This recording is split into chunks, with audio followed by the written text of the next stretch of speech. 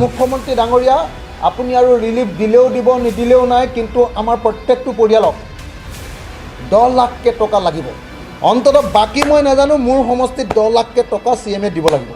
আৰু যদি মোৰ সমষ্টিত 10 লাখকে টকা এটা এটা পৰিয়ালক CM নিদিয়ে, তেতিয়াহ'লে মই CMৰ টেবুলৰ ওপৰত শিৱৰ তাণ্ডৱ নৃত্য কৰিম। মোক জেল দিয়ে, ফাঁচি দিয়ে, গ্ৰেপ্তাৰ কৰে, NSA লগায়, NIA লগায়, গুলিয়াই মাৰে, এনকাউণ্টাৰ কৰে, যি কৰে কৰিব পাৰিব, কিন্তু মই CMক সোধাই নাই। 15,000 টকা দি যদি বাচিম বুলি ভাবিছে, আৰু প্ৰধানমন্ত্ৰীয়ে যদি গামোচা লৈ আকৌ এইবাৰ পৰা কৰে, মই মানে বেয়া শব্দ এতিয়া নকওঁ আৰু, কৰিম উল্টা পুল্টা কৰিম প্ৰতিবাদ। খং আৰু ক্ষোভত অখিল গগৈয়ে কৈছে মুখ্যমন্ত্ৰীক, আপুনি আমাৰ শিৱসাগৰ, চৰাইদেউ আৰু যোৰহাটৰ মানুহক এই ৰাষ্ট্ৰীয় দুৰ্যোগৰ সময়ত বচোৱা নাই, মহাপ্ৰলয়ৰ সময়ত বচোৱা নাই, বচাইছে অসমৰ ৰাইজে। অসমৰ ৰাইজ এতিয়া এনেকুৱা জাগৰণ হৈছে যে ই এটা আন্দোলনৰ ৰূপ পাইছে। এইটো হ'ল অসমীয়া মানুহৰ কনচায়েন্স। আৰু আপোনাৰ প্ৰধানমন্ত্ৰীয়ে এতিয়ালৈকে আনকি এৰিয়েল ছাৰ্ভে এটাও কৰিবলৈ অহা নাই। আপোনাক খুব ভাল পোৱা আৰু আপোনাৰ আপোন বৰঘৰ অমিত শ্বাহে এতিয়ালৈকে হেলিকপ্টাৰত আহিও চাবলৈ অহা নাই। পাব্লিকৰ ওচৰলৈ অহাটো বাদেই দিয়ক। 11 দিনৰ পিছতো নাহিল প্ৰধানমন্ত্ৰী অথবা গৃহমন্ত্ৰী। 11 দিনৰ পাছতো এতিয়ালৈকে প্ৰধানমন্ত্ৰী অসমলৈ নাহিলে। 11 দিন শেষ হৈ যোৱাৰ পাছতো এতিয়ালৈকে গৃহমন্ত্ৰী অসমলৈ নাহিলে। এতিয়ালৈকে ইয়াক নেশ্যনেল ডিজাষ্টাৰ ঘোষণা নকৰিলে। আৰু তাৰ পাছত ইহঁতে অসমক ভাল পাওঁ বুলি ক'লে ইহঁতক টিকা চেলাই বেট দিব লাগে। প্ৰকৃত অসমীয়া নৰেন্দ্ৰ মোদীৰ এই কামত প্ৰত্যেকজনে খং কৰক, বিজেপিৰ এই কামত প্ৰত্যেকজনে খং কৰক। আৰু হিমন্ত বিশ্ব শৰ্মাক এনেকৈ প্ৰধানমন্ত্ৰীৰ ওচৰত ভৰিত ধৰিও যে একো আনিব পৰা নাই, তাৰ কাৰণে হিমন্ত বিশ্ব শৰ্মাক পদত্যাগ কৰিবৰ কাৰণে দাবী উত্থাপন কৰক। এয়া হ'ল প্ৰকৃত অসমীয়াত্ব, এয়া হ'ল জাতীয়তাবাদ। সাহায্য বা অনুদান দূৰৈৰে কথা, মুখ্যমন্ত্ৰীক দিল্লীত সাক্ষাতেই নকৰিলে প্ৰধানমন্ত্ৰীয়ে। অসমৰ মুখ্যমন্ত্ৰী পৰহি দিল্লীলৈ গৈছিলে। এইবাৰ অতি সন্তৰ্পণে, অতি মনে মনে।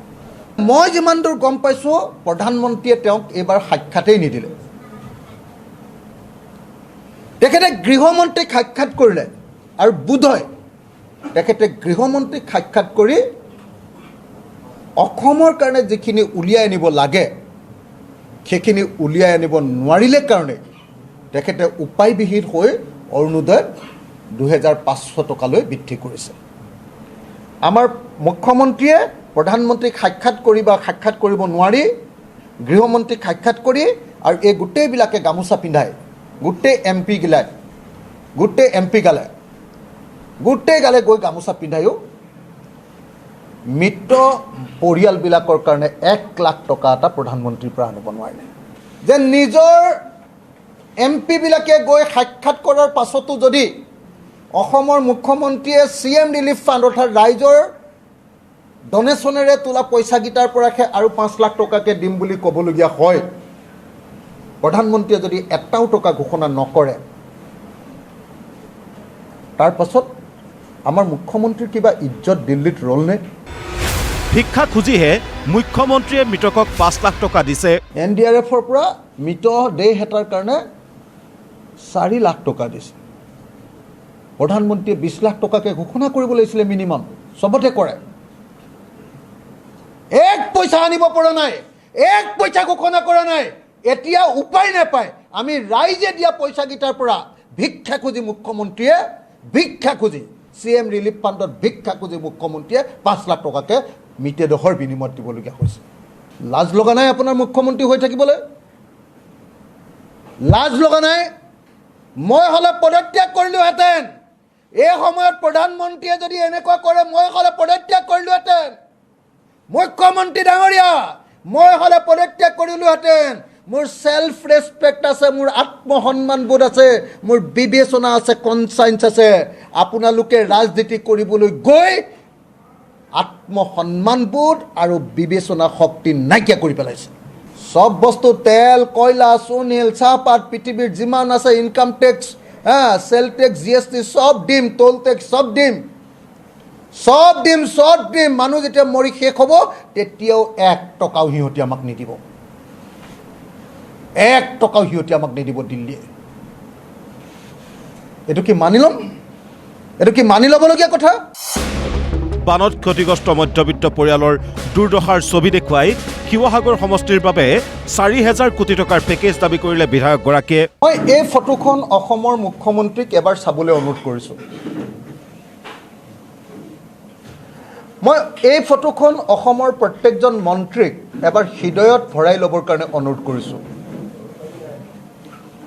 মই এই ফটোখন অলপ পাছত অসমৰ মুখ্যমন্ত্ৰীলৈ হোৱাটছএপত পঠিয়াই দিম আৰু মই আশা কৰিম অসমৰ মুখ্যমন্ত্ৰীয়ে এই ফটোখন ভাৰতবৰ্ষৰ প্ৰধানমন্ত্ৰীলৈ পঠিয়াই দিব। বানপীড়িত মানুহৰ অৱস্থা কেনেকুৱা? এই ফটোখনে আমাৰ মধ্যবিত্ত শ্ৰেণীটোৰ প্ৰকৃত অৱস্থাৰ উমান দিয়ে।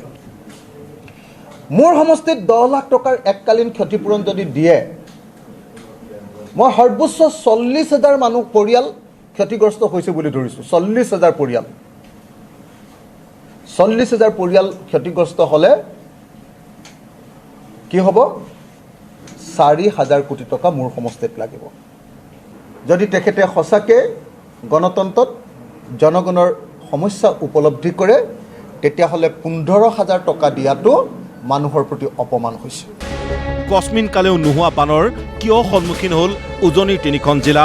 বহুতে কৈ আছে যে নহয় দিখৌ নদীৰ ওপৰত ক'ত বান্ধ আছে। আৰে দিখৌ নদীৰ ওপৰত 2025 চনৰ ফেব্ৰুৱাৰী মাহৰ পৰা এটা 3rd ফেজৰ বান্ধ এটা বনাই আছে। তিনিটা কামৰ কাৰণে হৈছে। 1 নম্বৰ প্ৰবল বৰষুণ, তাত বৰষুণ হৈছিলে 16 ঘণ্টা, আগতেও হয়, কিন্তু এইবাৰ বৰষুণৰ লগত কি হৈ গ'ল, নদী বান্ধকেইটাৰ পানী এৰি দিবলগীয়া হ'ল, ইমান বৰষুণ হৈ গ'ল। 2 নম্বৰ কি হৈ গ'ল, কয়লা খনিবিলাকৰ ডাঙৰ যে এই যে এতিয়া যিকেইটা MLA আছে সেইকেইটাই চলায় এতিয়া। নাম চাম ক'বলৈ বেয়া পাইছোঁ আৰু সেইকেইটা একদম ফিল্ডত আছে, মাৰ খাব নহ'লে। কয়লা খানি সুশান্ত বৰগোহাঁই, তাৰপিছতে এইটো শদিয়াৰ MLA কি নাম, বলিন চেতিয়া, জয়ন্ত মল্ল বৰুৱা, পীযুষ হাজৰিকা আৰু হিমন্ত বিশ্ব শৰ্মা। এই চেইনটোত গোটেই কয়লাটো যায়। মোৰ সমষ্টিটোক এটি কয়লাৰ হেৰি পাতিছে ইয়াই। মোক মুখৰ আগত সুশান্ত বৰগোহাঁয়ে আদিত্য বিক্ৰম যাদৱ বুলি ডিচিজনৰ সন্মুখত কৈছে। মই ক'লোঁ যে এই মোৰ তাত হাঁহ চৰা কি কয় এডোখৰ ঠাই সোণপুৰাত কি এইবিলাক কয়লাৰ ঘাটি পাতিছ? মই 10 লাখকৈ পাওঁ দিগদাৰ, কি 5 লাখ পাওঁ তই দিগদাৰ নকৰিবি বুলি কৈছে। মই কৈছোঁ এই আদিত্য বিক্ৰম যাদৱ শুনিছেনে আপুনি? কি ক'লে আপোনাৰ সন্মুখতে? ক'লে শুনিছোঁ ছাৰ। অৱশ্যে বানত ক্ষতিগ্ৰস্ত জিলাসমূহত অৰুণোদয় হিতাধিকাৰীক 2500 টকাকৈ দিয়াৰ বাবে মুখ্যমন্ত্ৰীক ধন্যবাদ জ্ঞাপনো কৰিলে বিধায়কগৰাকীয়ে। শিৱসাগৰৰ পৰা ভিডিঅ' জাৰ্নেলিষ্ট মুস্তাকৰ সহযোগত মুজাক্কিৰ আহমেদৰ ৰিপৰ্ট, প্ৰতিদিন টাইম।